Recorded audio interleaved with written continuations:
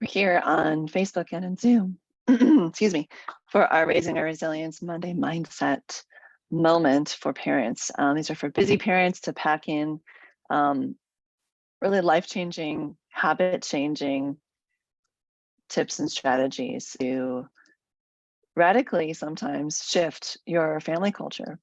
But one tip at a time. We'll take it one tip at a time. Today's topic is pretty hot. It's 3 ways to break bad habits, the kind that damage our relationships and make it difficult for us to feel like we're on track in our parenting. Particularly, a lot of us are feeling like things can spiral out of control really quickly. And we want to get on top of that so that, we know that with confidence that our family is heading at least in the right direction. Maybe we haven't led where we need to be and want to be, so we feel like we're actually at the steering wheel, actually being able to navigate the ship to do simple things like get out of the door on time and get to bed on time, to more complicated things like pulling off a family trip, having really big, difficult conversations about current events, getting kids ready to go back to school and navigate maybe some friendships or some academic challenges or whatever transitions they might have ahead. So yes, we want to have a sense that we have our hands on the steering wheel, we're in control, and any bad habits that might be wearing down our relationships are addressed. Because at the end of the day, it's those relationships that we are trying to create with our children that matter the most. I remember my grandpa passing and the whole family getting together, and we just reflected on what were some of the ways that he showed up us as a family that we admire. And we talked about his perseverance, his love of learning, his unconditional love for each and every one of us. And he left a legacy behind that were big shoes for us all to fill. And that's how we remember him, his children and his children. And that's the kind of legacy that each of us, I know, would like to leave for our children as well. Because at the end of the day, that's what we hope for. So there's some bad habits that we need to break. Number one, we can be really resistant to our actual role as caregivers and parents. And I'll get into the nuances of that more. But how that can show up is your kid has a meltdown and you're like, oh no, not this again. Your child is resistant to putting on their shoes or getting their homework started or something, and we're just feeling already pre-defeated or even triggered and not excited about what's happening next, maybe because of the power struggle that follows, or the tantrum, or the feeling of defeat, or whatever might come next. Another sign that we might be resistant to our role as a parent or caregiver is just feeling wiped out at the end of the day and really unsure about, like, can I keep going? Can I keep doing this? This is really hard. And getting into these patterns of really just sort of trying to cope with the stress of daily life, which is really different from how we maybe imagined parenting could be. I'm not saying none of it's rewarding, but if you're feeling that daily grind grinding you down, then you are stuck in a pattern, and we want to address that. So that's one way that we can kind of get stuck in these habits, and that's more of a habit of perspective, where we haven't quite fully embraced our role and taken action to become really well equipped to perform that role as a caregiver. The second, and I've been there, friends, I've been there questioning, like, what did I do? Did I just blow up my life by becoming a preschool teacher and needing to show up for 20, 30, or 40 children every day? How about becoming a step parent to a tween and a teen overnight? Yeah, I definitely had moments of questioning and just not really sure how to perform the role or how to even wrap my head around what I needed to be able to really fully accept that role and step into it powerfully. So there's a lot around the mindset piece. So that's one. Second one that can really trip us up is we can let the fear or the hurt or anger, some piece that's just really heavy on us, keep us out of the game of growth. What I mean by that is when we're stuck in those emotions and we're stuck in those feelings, and we're not focusing on growth, how that can show up is, for example, not being willing to really look at what's working and what's not working, and take a really hard look at that, including the patterns that you want to change. Things like being too lenient and giving in, using punishments and rewards more than you'd like to, including being harsher than you'd like to, where the only way you can get your kid to listen is to raise your voice, or threaten to take the screen time away or the car away. And when we find ourselves doing that, a lot of times we can get scared. We can get scared of, well, what happens if I don't do this? Then I'm gonna lose control and authority. Things are gonna run away from me. Or you might be scared of, like, well, I don't want to harm my child's self-esteem, and I definitely don't want to cause any trauma, so I'm going to just back off.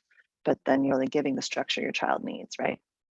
So you can lean towards being harsher than you want, or more lenient than you want, and we can get stuck in that sort of loop of, like, but I don't, like, I can't really look at this straight on, because if I do, what does that mean? That means I'm a bad parent, or my kid has problems that are too tough to solve. I'm creating a child that's too entitled, or I'm creating a child doesn't have enough self-worth. There's all these really big things at stake in parenting, and we need to be willing to take a hard look at what's working and not working. So that's a second piece. And then the third one is being, like, holding on to those habits for the wrong reasons. So, like, let's say you're holding on to screen time as your bartering chip, which you can do, and you can do it in a way that actually supports your child's growth and supports your relationship building, supports creating a culture of, like, respect and trust and responsibility. Absolutely. But if you're holding on to that for the wrong reasons, and what I mean by wrong reasons are things like, this is just the only thing I know how to do. So it's just what you know, like, it's a limitation of what you know. Or this is what I'm familiar with, right? This is what my child and I have been doing this for about 8 months now, or 3 years, or 6 years. And so this is our familiar dance. So we're just going to keep doing the same dance steps, even though every time it leads to hard feelings, and there's a meltdown that follows, or there's a defiance where they're sneaking around with their device. I had a client whose child, by the time he hit tween years, figured out that he could disable the locks on his phone and sneak out at 2 a.m. and develop a whole TikTok following in the middle of the night with who knows who. Like, kids find a way, right? And so we don't want to hold on to these habits or these strategies for the wrong reasons, right? And so this is shifting from doing things just because they work or just because they're familiar, to actually doing them with intention and with growth and that mutual respect, that mutual trust, that mutual responsibility, and that relationship in mind. Okay. All right. So top 3 habits to break, I think, is that anything that reinforces that this is not my job, this is not my role, I wasn't cut out for this. So a mindset habit where we're reinforcing this negative identity as a parent, like, I'll do what I can, or I'll just take it one day at a time, and there's nothing else in place for you in terms of your role. The second one is letting any kind of fear, hurt, or anger view from keeping you out of the game of growth, which is really like taking a hard look at things that are working and not working, and then taking steps to address them over time. And the third one is holding on to bad habits because they're familiar to you, either because it's like something that has worked in the past and you just are kind of in it, or it's just the little kind of, like, unspoken routine and agreement and dance steps that you do with your child around discipline, around motivation, around boundaries. Or maybe because it's a carryover of something you grew up with, that you're trying to reflect your family's values, like building character and grit, or being polite and kind or something. But it's actually dysfunctional, right? It's not serving the purpose. So holding on to those bad habits, can be the other thing that keeps you from being able to move forward. And actually, I would say not even break bad habits, but transform your approach to something that's incredibly effective and feels amazing and builds your relationship. Okay. And yeah, I want you to know that I have worked with hundreds of families and in very concentrated ways the last 3 years with exactly about 100 parents, 125 parents, intimately in 6-month intensives and 12-month programs, looking at these exact habits. And the three things that have made all the difference with the folks who have made the most change, I'm talking like permanent changes to their family lives, where now their mornings run smoothly. Now they don't need to use a behavior chart and a star system and rewards to mode behavior. Now they get the child joyfully gets started on their homework independently. Now their child is willing to be a better role model for their younger sibling rather than take fight. Now the child's willing to create a resilience plan so that they go into a situation with lots of triggers with a coping strategy in place. These kinds of wins are possible when you do these next three things. So listen carefully, okay? The first one is to fully embrace and accept your role as a parent and caregiver. And the way I want to frame it is that it is your role to accept that you're kind of in the lab of life, the constant experiment. So you're going to be trying things and then watching to see how it goes, taking that information and adjusting. I had to learn this as a caregiver, that I had all these lofty ideas of exactly how to approach and create the conditions for thriving. And I had to adjust every single year, every single month, every single day to the children who actually showed up and the needs of those children and meeting them right where they are. And so I had to practice, yes, filling my toolbox, having strategies, having a plan. But the most important thing was to attend to the children's needs and then be willing to be a responsive caregiver that role models really taking in information and making adjustments to create conditions that would encourage growth and thriving and security and safety, right? And so you have to be willing to embrace the role that you really are in, right? Your role is not just to provide, food, shelter, and water and things like that. It really is to attune to your child and be responsive to their needs to create the conditions for thriving and connection and all the other good things that you want. So my hot tip around this is this metaphor. Hey, so if you want water to turn into ice, you can't set the thermometer, you can't set your thermostat at 90 degrees. Those conditions are going to create melting, yeah, and never get that frozen ice cube that you want, that cool, calm thing that you want to create. So my invitation is to do your internal work and do what it takes for you to be a resourced and calm parent in the moment and outside of the moment to create the calm conditions so that stress managed and you're actually able to show up in a way that you want your children to show up. So the big title there is practice showing up how you want your to show up to create the conditions that you seek.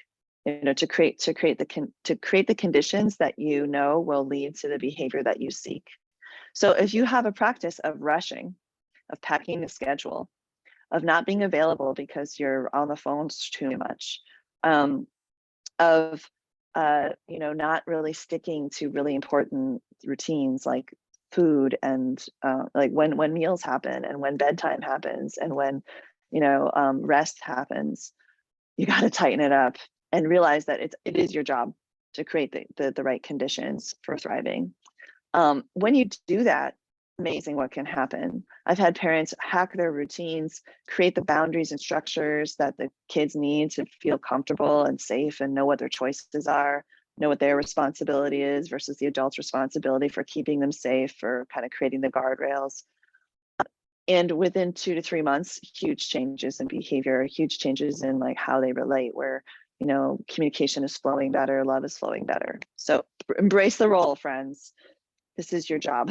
Okay, create the conditions by becoming an attuned, responsive adult, meeting your child's needs, and giving them the warmth and the support and the structure that they need to thrive. Okay, it's totally possible. And if you feel off course, drop a note into the chat. Let me know. Say, Vanessa, I need help with that. Like, please send me resources. Please send me, like, please get in touch with me. I have a way to support you. And you can do that in the YouTube comments, in the Facebook recording comments, or just by emailing me at raisingourresilience@gmail.com. Okay, reach out. You don't have to do this on your own. Number 2 is being willing to take a hard look at what's working, what's not working.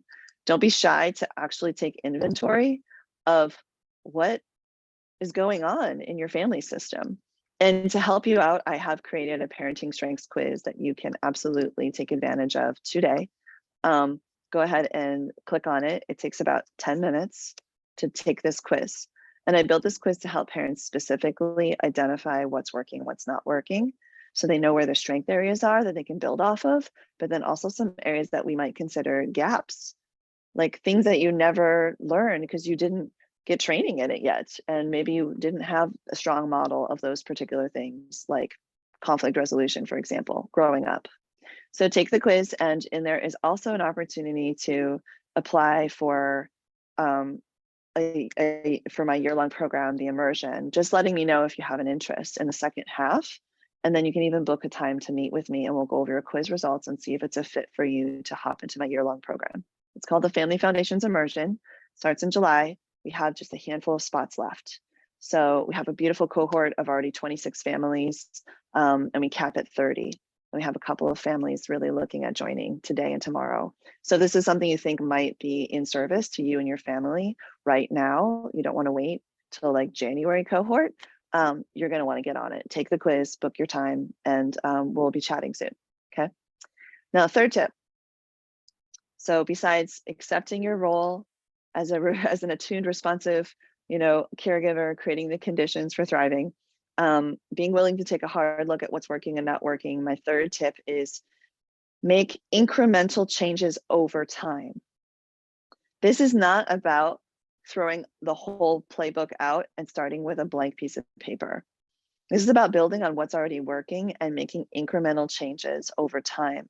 But I'm going to add in something. It's not just any changes that are going to work, okay? Because you know that at some point, for example, even your bad habits were a change that you made. Like you went from, I have a baby in my arms, or I have my adopted child transitioning, or however your child is in your life.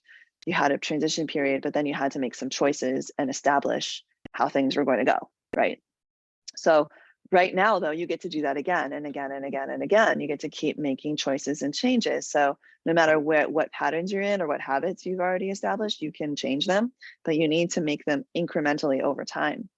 And what I mean by that is, in order to create new habits, people like James Clear of Atomic Habits, even Brene Brown, who I've studied extensively, her work, would argue that you don't fall to the you don't rise to the level of your goals. Like, let's say your goal is to be a calm parent running a smoothly running household, right? With a smoothly running household, where you have a lot of time to, have family time to play and to connect, and just generally the daily routines feel really smooth, and there's a lot of cooperation, and then when conflicts come up, you have tools to solve your conflicts. Like, this is what parents want.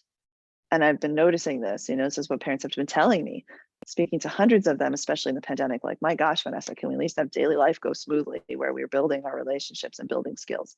I was like, yes, of course you can. Anyway, so if you want those things, and that's your goal, which many folks set that goal in my immersion program, for example, that's a big goal, especially if you've been doing it differently for years or months, right? Change takes time. So that's why I have created a program that's a year long, so that we can make incremental changes. And they say you do not rise to the level of that goal, you fall to the level of your systems. So what is your system for change? I'm gonna ask again, what is your system for change? What do you have in place right now that's in service to your goals as a parent? Some of you maybe have been dabbling, right? Like, read a book here, read an article there, like listen to a podcast here, check out a mom blog there, be a part of maybe like a Facebook group like ours, right? And pop in every now and then. I'm going to tell you, though, that if you want to make lasting change, especially dramatic changes to habits are hard to break, right? And patterns, you're going to want to have systems to really get you there. And that can look a lot of different ways, but my favorite way what I recommend is to have a mentor, to have organized learning sessions, to have a community of peers to learn with, and to get feedback regularly, like regular feedback, right? Here's a scenario, here's how I handled it. What do you think? This is what I think I did well. Here's what I think I didn't do well. Here's what I might do next time.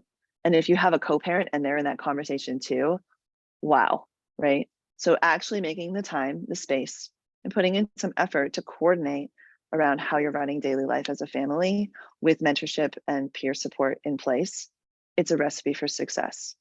And Carol Dweck out of Stanford University, she's the pioneer behind growth mindset. If you haven't found her yet, she's amazing. And there's a lot there to learn.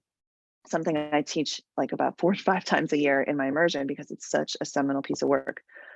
What is growth mindset, right? How do we do it? Well, growth mindset is believing in change, basically, that what we would consider a fixed quality, like, oh, I have a bad temper, Vanessa, I'll never be one of those calm parents. I call BS on that.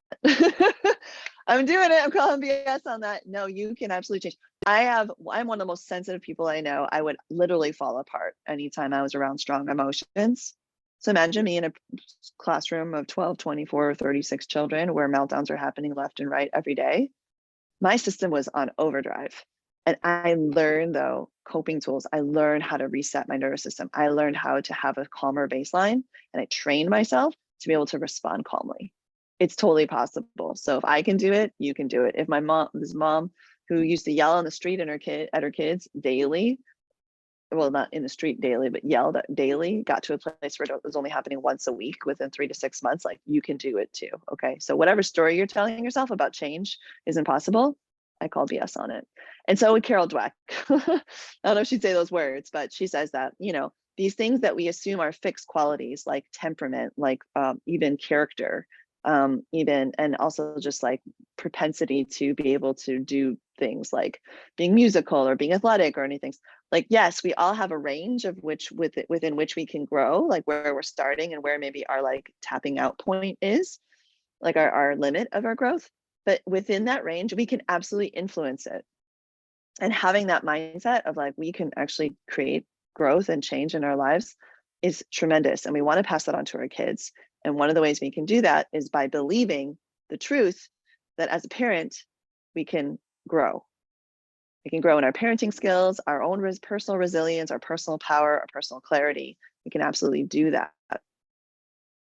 But Carol Dweck would say it's not just about believing that you can put in effort. It's also about finding the right tools that are effective. And I would add that also reflect our values.